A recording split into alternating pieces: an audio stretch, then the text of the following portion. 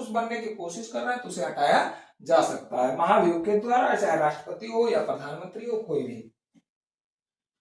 अगर आप बात करें विशेषता के बारे में इसको, तो सीधे रूप से जनता की भागीदारी है, अस्थायी तौर पे सरकार है, अस्थायी सरकार है।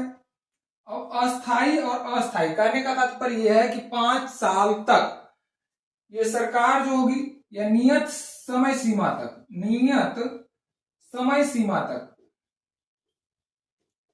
समय सीमा तक सरकार बन रहेगी।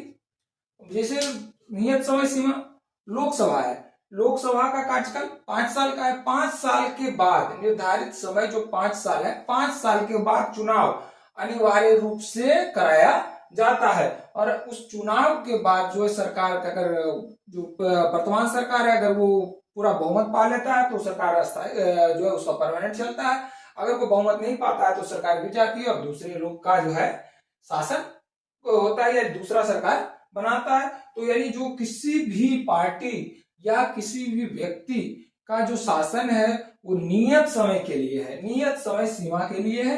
यानी अगर कहा जाए तो लोकसभा का कार्यकाल हो 5 साल, या राष्ट्रपति का कार्यकाल हो 5 साल, या विधानसभा का कार्यकाल हो 5 साल। तो यानी जो है नियत समय सीमा तक, चाहे राष्ट्रपति हो, प्रधानमंत्री हो या राज्यपाल हो, जो भी है नियत समय सीमा तक है सरकार। तो सरकार जो है मतलब अगर करे तो पूरा परमानेंट नहीं बना पाता है, तो अस्थायी सरकार कह सकते हैं इसको। अगला क्वेश्चन है, अगला अगर पॉइंट बात करें तो अगला पॉइंट क्या आएगा? अगला पॉइंट आएगा वयस्क मताधिकार।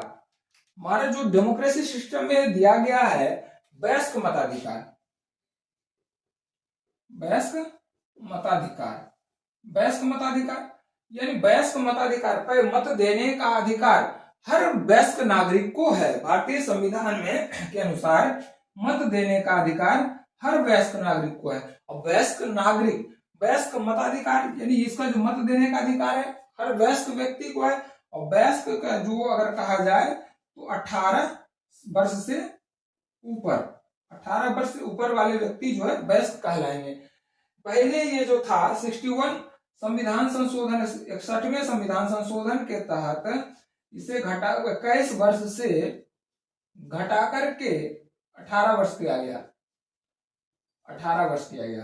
पहले इसका जो है 61वें संविधान संशोधन के पहले जो था इसका एज था 21 वर्ष, उसको घटा करके 18 वर्ष किया गया, वयस्क मताधिकार प्रदान किया गया। अगला बात करें